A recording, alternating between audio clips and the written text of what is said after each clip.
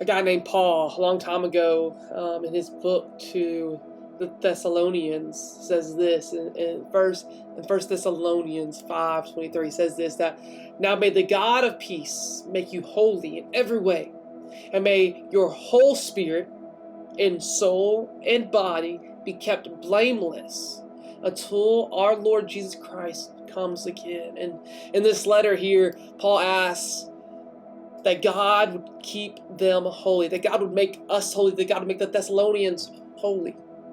The word simply means to be set apart. Holy means to be set apart. In other words, as believers and followers of Jesus Christ, there should be something different about us, something different about you, something different about me than the rest of the world.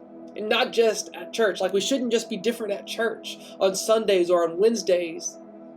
But Paul is talking about the whole self, all of us, when we're at home, when we're at work, when we're at practice, when we're at school.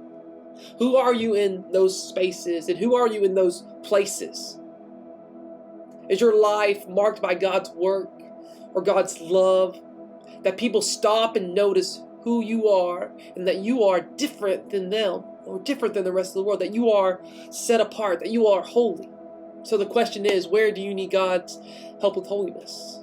What space in your life, what place in your life needs to be a little more set apart and consistent with what God says is true about you? Because what God says is that you are a child of His. And if you are a child of His, you are called to be something different. You're called to be set apart.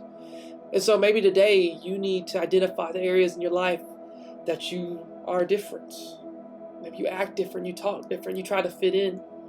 And maybe, just maybe, today you can be confident and you can be bold enough and ask God to help you work on your holiness in those spaces and in those places in your life.